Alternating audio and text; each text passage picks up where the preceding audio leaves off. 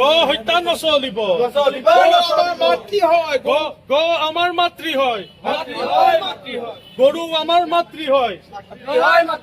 গৰু আমাৰ মাতৃ হয়। গো হত্যা নচলিব। গো হত্যা নচলিব। গো হত্যা নচলিব। জয় শ্ৰীৰাম। জয় বীৰ বজৰংগী।